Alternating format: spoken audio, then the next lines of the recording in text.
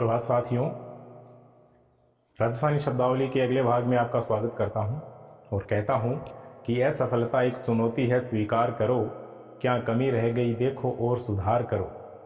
जब तक न सफल हो नींद चैन को त्यागो तुम, संघर्षों का मैदान छोड़ मत भागो तुम।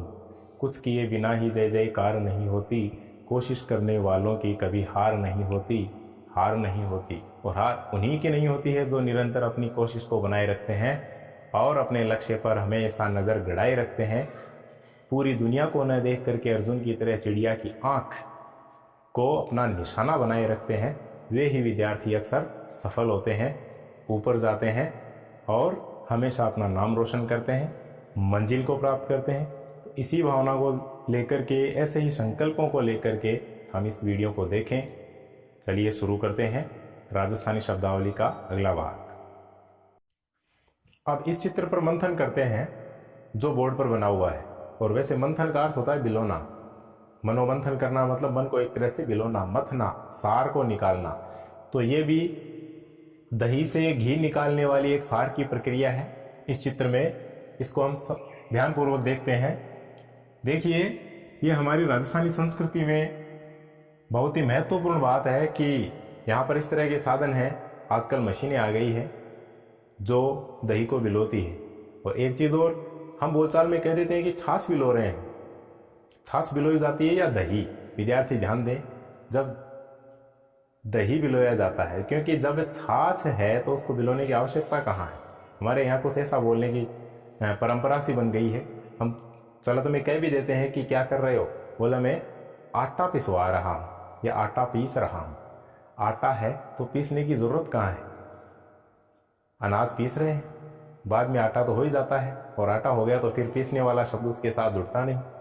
तो कई बार हम कहते हैं कि छाछ बिलो रहे हैं, छाछ नहीं, दही बिलोया जाता है। चलो बिलोते हैं, मंथन करते हैं इस पर। यह परीक्षा की दृष्टि से बड़े महत्वपूर्ण शब्द हैं राजस्थानी भाषा के, और इन पर और अलग ढंग से भी प्रश्न बन सकते हैं, जैसा कि पहले भी आ चुके हैं शिक्षक भर्ती परीक्षा में और जीके में भी आ जाते हैं। तो अब हम देखते हैं, इस विशेष बिंदु पर चर्चा करते हैं।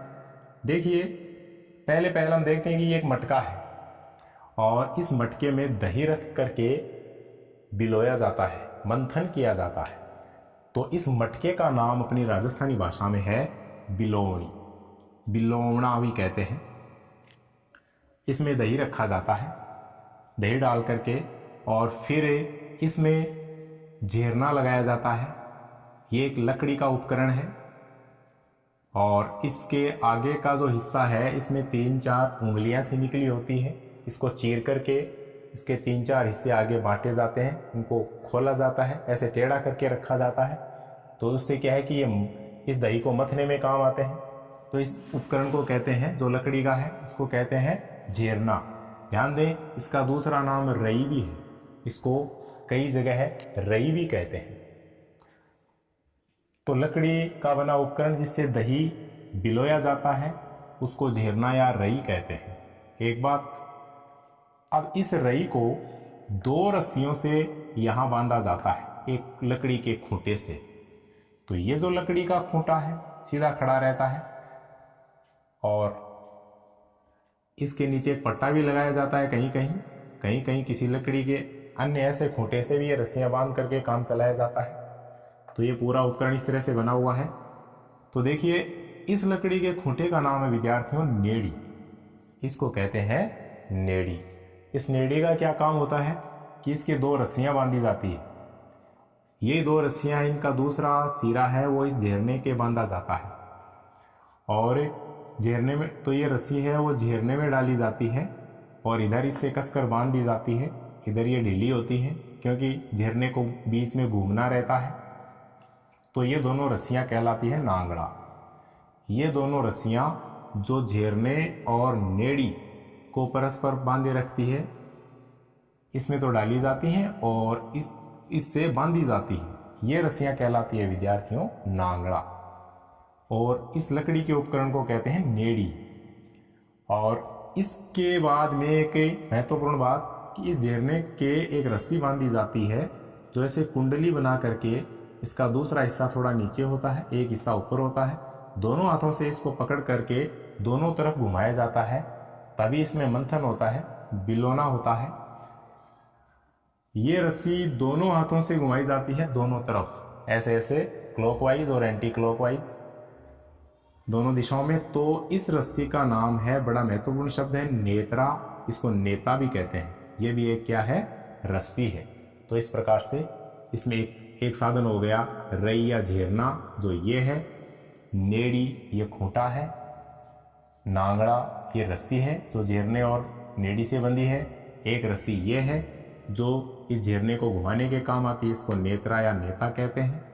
ये एक मिट्टी का मटका है, पात्र है, जिसमें दही रखा जाता है बिलोने के लिए, इसको बिलोवणी या बिलोवणा कहते हैं। तो इस प्रकार से हमें इन पर ध्यान देने की अति आवश्यकता है। भिन्न प्रश्न भी पूछा जा सकता है। कैसे पूछा जा सकता है? एक मैं प्रश्न बनाता हूं यहां पर, आप इस पर गौर करें। प्रश्न है कि निम्न में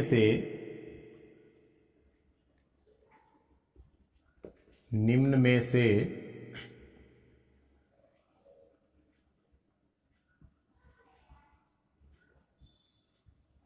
कौन सा एक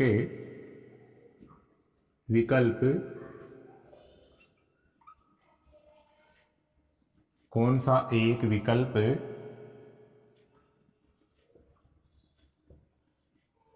रस्सी है? एक विकल्प दे दिया इसमें, पहले इसमें दे दिया नेड़ी। दूसरा विकल्प दे दिया विद्यार्थियों रई।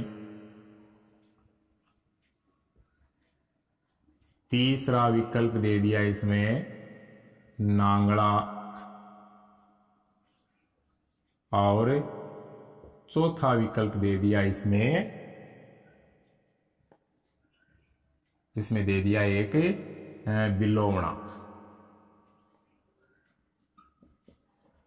बिलोवणा। अब आप इस पर गौर करें कि इसमें जो चार विकल्प हैं, इनमें से एक कौन सा नाम ऐसा है जो रस्सी के लिए नहीं है, यानी कौन सा एक साधन ऐसा है जो रस्सी है, क्योंकि प्रश्न बनाया कि कौन सा एक विकल्प रस्सी है। और परीक्षाओं में दो तरह से प्रश्न आते हैं। हम प्रश्न को समझने में गलती कर देते हैं। कहा कि प्रश्न एक तो आ जाता है कि है, और एक अंत में ले जाकर के क्या लिखता है, नहीं है। कौन सा एक विकल्प रस्सी नहीं है, तो यहां नहीं बल्कि रस्सी है। हमें जो रस्सी है इनमें से वो हमें छांटना है। तो नेड़ी हमने देखा ये खूंटा है। रई हमने देखा ये झेरना है। बिलोवणा हमने देखा ये मटका है। तो ये तीन नहीं है। नांगड़ा क्या है, ये रस्सी है। तो इस तरह से इसमें उत्तर क्या हो जाएगा, नांगड़ा हो जाएगा। नांगड़ा क्या है, रस्सी के लिए आया है। तो इस तरह के प्रश्न बनते हैं। कोई जरूरी नहीं कि वह सीधा ही शब्दों का अर्थ ही पूछ ले, इस तरह से भी पूछ सकता है। तो इस तरह से पूछा जाए तो हमें जैसा पूछा जाए हमें उसी तरह से तैयार रहना है। अब मैं इनकी परिभाषा यहां पर लिखूंगा, ये सभी शब्दों की इनका अर्थ लिखूंगा, उसको आप आराम से पढ़ें। ये इन शब्दों की परिभाषाएं हैं। देखिए पहला शब्द है रई झेरना। तो लकड़ी से बना दही बिलोने का उपकरण। इस तरह से पूछा जा सकता है कि लकड़ी से बना दही बिलोने का उपकरण क्या कहलाता है। चार विकल्प होंगे, तो रई या झेरना ये कहलाता है, हमने पढ़ा भी। फिर है कि नेड़ी की क्या परिभाषा है, क्या इसका अर्थ है हिंदी में कि दही बिलोने के लिए लगाया गया खूंटा। ये जो नेड़ी है, दही बिलोने के लिए खूंटा बनाया जाता है तो ये इसको नेड़ी कहते हैं। अब है नांगड़ा। नेड़ी व झेरने में डाली जाने वाली रस्सी, ये दोनों इन दोनों में डाली जाती है। बताया मैंने कि यहाँ से तो बांधी जाती है, यहाँ से ढीली होती है, जिसमें से झेरना घूमता रहता है। तो ये नांगड़ा है जो नेड़ी और झेरने रई के बीच काम करता है। फिर नेत्रा या नेता, ये रहा। इसकी परिभाषा सीधा सा है कि रई या झेरने को घुमाने वाली रस्सी, ये इसको घुमाती है। और बिलोवणी दही बिलोने का मटका, ये सामने है आपके। और एक और शब्द इसमें जोड़ा, देखो लूणियों क्या होता है, कच्चा घी होता है। इसमें बिलोते हैं तो इसका मक्खन बन जाता है दही का। अध बिलोया जिसको कहते हैं दही, वह मक्खन बन जाता है। और फिर उसको उसमें से जो घी निकाला जाता है, कच्चा घी, है ना, जिन्हें अपनी भाषा में कई कई जगह चूंटियों घी भी बोले, तो ये कच्चा घी है, इसको लूणियों कहते हैं। इसका स्वाद अपने आप में बहुत अलग होता है, अद्भुत होता है। तो ये इस तरह से इन शब्दों की क्या है, अर्थ है, हिंदी अर्थ है। तो इनको आप ठीक ढंग से उतार लें, ये बेहतरीन सामग्री है, परीक्षा उपयोगी है। अब ये कुछ शब्द हैं जिनका हिंदी अर्थ मैंने लिखा है। इनमें देखिए, पहला शब्द लिखा है सूड़। ये सूड़ शब्द कई बार परीक्षाओं में आ गया है, और जो प्रश्न ज़्यादा बार आ जाता है वो विद्यार्थियों के याद हो जाता है, और जो याद हो जाता है उसके फिर आने की संभावना कम बन जाती है, लेकिन फिर भी हम उसको छोड़ नहीं सकते। देखिए, सूड़, सूड़ का अर्थ है कि जब खेतों में जुताई की जाती है तो उससे पहले जो भी अनावश्यक सामग्री है, खरपतवार, उसको हटाया जाता है, साफ किया जाता है। कांटे हैं, झाड़ झंखाड़ है, इनको सबको हटाया जाता है, तो उसे ही, उस प्रक्रिया को ही क्या कहते हैं, सूड़ कहते हैं। तो जुताई से पहले खेत के कांटे, झाड़ आदि को हटाना ही क्या कहलाता है, सूड़। ये राजस्थानी का शब्द है।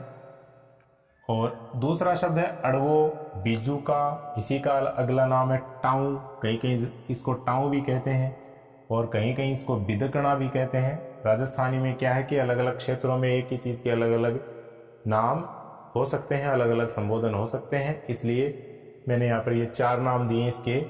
ये कई बार आ गया है बीजू का, अड़वो भी आ गया है।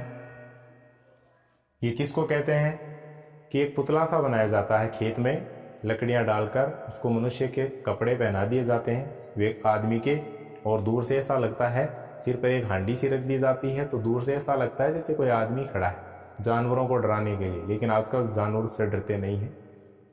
तो इसको क्या कहते हैं विद्यार्थियों, इसको टाऊ कहते हैं, इसको बिदकना भी कहते हैं।